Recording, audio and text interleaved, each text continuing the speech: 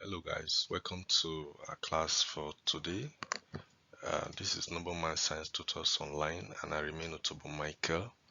Please, if you have not subscribed to our channel, please subscribe to the channel, click on the notification button so that whenever we upload a new video, YouTube will notify you.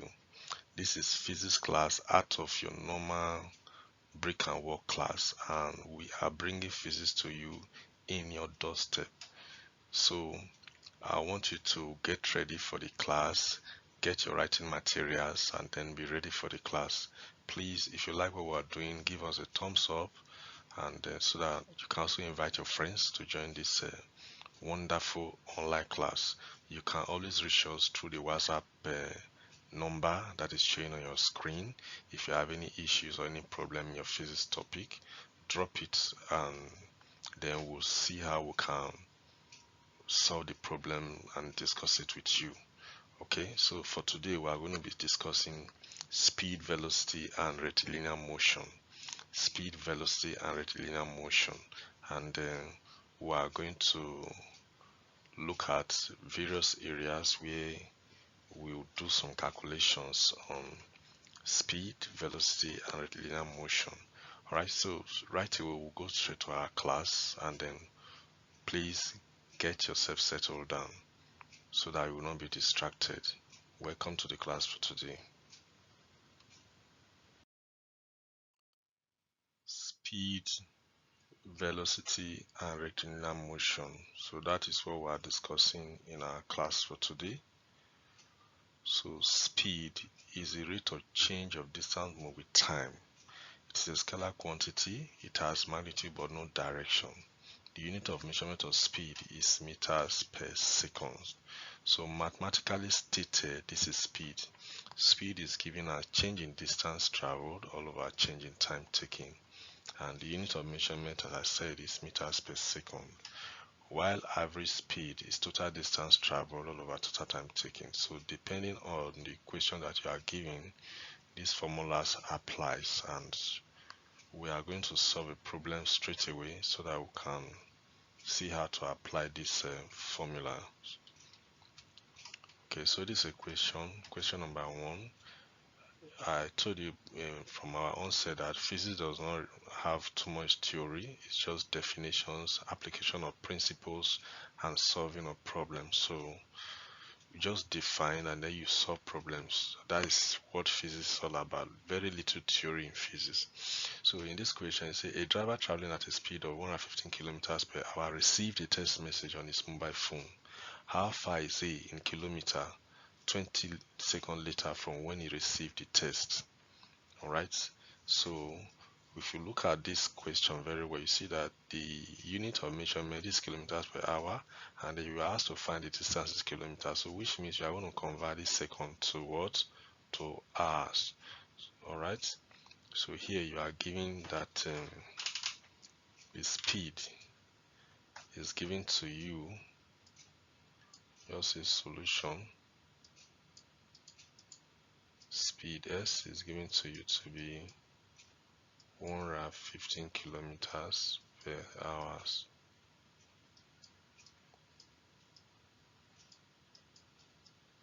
Alright, then your time is given to you to be 20 seconds.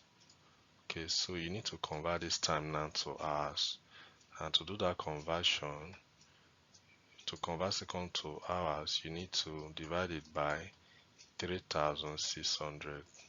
So 20 all over 3600 will give you the time in hours. So this is your time in what? In hours. Okay, so from this formula above, speed is distance over time.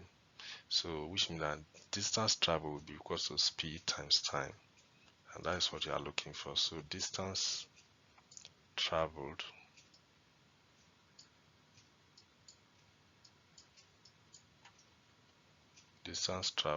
equals to what? Speed times what? Times time. Alright, so substitute the values you have into this equation. You have speed This is your speed, 115 kilometers per hour multiplied by your time, which is 20 over 360, 3600 in hours, right? In hours. So this is in hours. So that gives you, if you do the multiplication, you have 2300 divided by 3600. Alright, so if you punch that in your calculator, if you punch this in your calculator, you are going to have, that gives you, that is 23 over 36, and that will be equals to approximately 0.639 kilometers. Okay, so this is what you have. Alright, so this is how to apply this formula. It is also equally possible that you will have been asked to calculate the speed, but in this particular instance, you are asked to calculate the distance traveled. So you can usually make any of these variables the subject of formula and solve for what you are asked to solve for. Is that okay? So that is how to apply that formula. Okay, so this is exactly what we have done, and then that is exactly what we have done, and then this is the solution that we have. So that is how to apply the formula for speed. Velocity. Velocity is the rate of change of distance moved with time in a specified direction, or it is the rate of change of displacement with time in a specified direction. So if you look at it very well, you see that velocity is different from speed, because velocity has a direction. It has direction. Because it has direction, it is what? A vector quantity.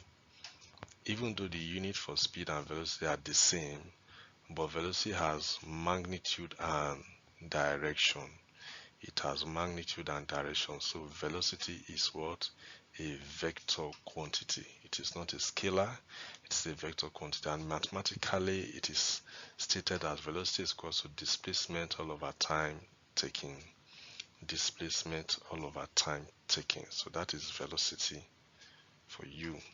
Then uniform velocity is when the rate of change of displacement with time is constant, no matter how small the time interval is. Then you say that that body is traveling with what? Uniform velocity. So uniform velocity is said to be uniform when the rate of change of displacement with time is constant, no matter how small the time interval is.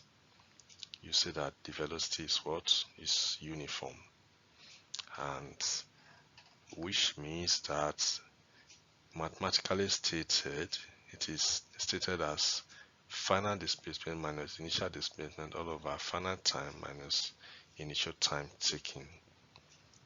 So that is the mathematical statement for that. Okay, and graphically too, you can represent that in a graph by drawing this simple graph. This simple graph represents uniform velocity, body that is moving with uniform velocity. This is initial displacement and this is final displacement. This is initial time and this is final time. So for the displacement time graph, the slope is equal to your velocity. So this is a displacement time graph. The slope gives you the velocity, and this is what we stated: change in displacement all over change in time taken. So this is final displacement minus initial displacement all over final time minus initial time taken. That gives you the velocity of this particle that is undergoing this motion. Is that okay? So that is the definition of velocity. Now we'll be looking at the similarities and the difference between speed and velocity. As I said before, both of them, they are measured in meters per seconds, right? And they use them to measure, you can use them to measure distances traveled, right? Okay. Then the difference between velocity and speed is that speed is denoted by s, letter S, and velocity is denoted by letter V. Speed is a scalar quantity, we discussed that before. Velocity is a vector quantity. Speed is given as distance over time, while velocity is displacement over time. So this is what we just discussed earlier. These are the basic difference between speed and velocity. So you just need to take note of the differences so that in case you are asked any question in that direction, you know what to do. I hope that is clear. Okay, so I want to solve a problem on sample question on speed and velocity. We've solved the problem already on speed, so this is on velocity. Okay, so the question says a car traveling at a uniform speed of 120 kilometers per hour passes two stations, let's say station A and B, in 4 minutes. Calculate the distance between the two stations. Calculate the distance between the two stations. So in this particular case, what we're going to do is that the distance will be calculated in meters. So we have to convert this to meters per seconds, and then this time we have to convert it also to seconds. Okay, so we say solution to this solution, right? You are giving velocity is given to you to be 120 kilometers per hour. So to convert this velocity to meters per seconds, I've treated this before, so you can check the video that has this conversion. Velocity in meters per second, velocity in meters per seconds. You use this formula, say 120 kilometers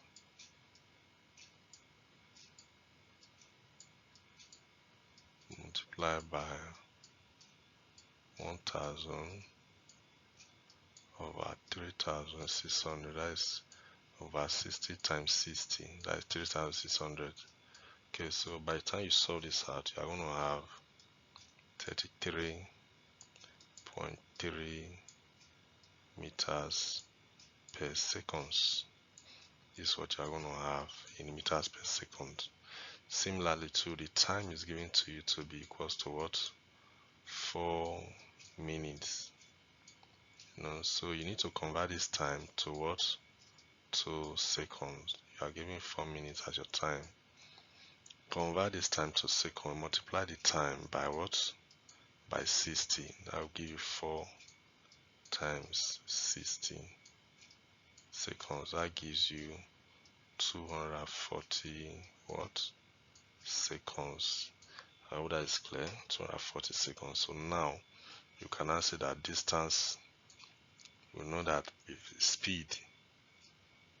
You know that speed is given to you as what? Speed is equals to what? Distance is given to you as distance over time. Right? So that's what is given to you. So distance now will be equals to what? Speed times what? Time. Okay, so that gives you what? 33.3 times what? Times what? 240. Right? So by the time you solve that out, you are going to have what? You have 7,992 meters. 7,992 what? Meters. So this will now be the distance of the car.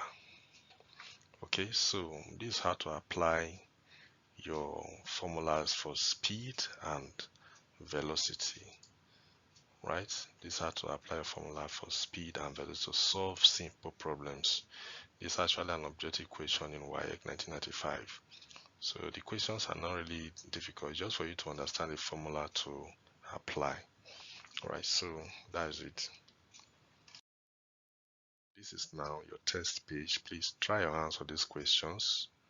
Right, try your answer these questions. Look at the units that are given to you so that you know which unit conversion for you to apply. Look at them properly, know which you need to use, and then know how to solve the problems.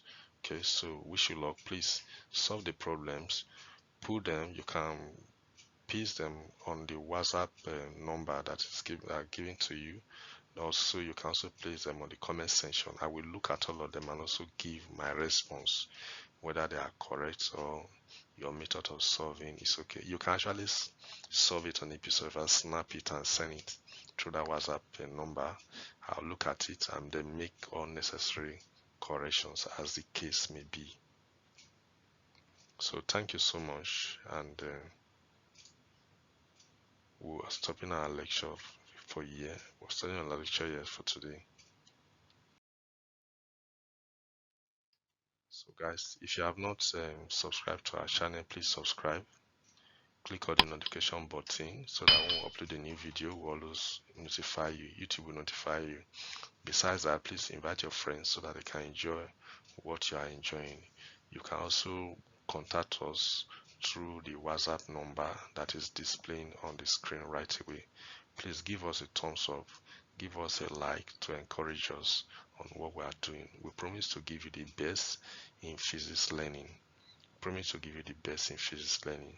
So thank you so much. We'll see you in our next class.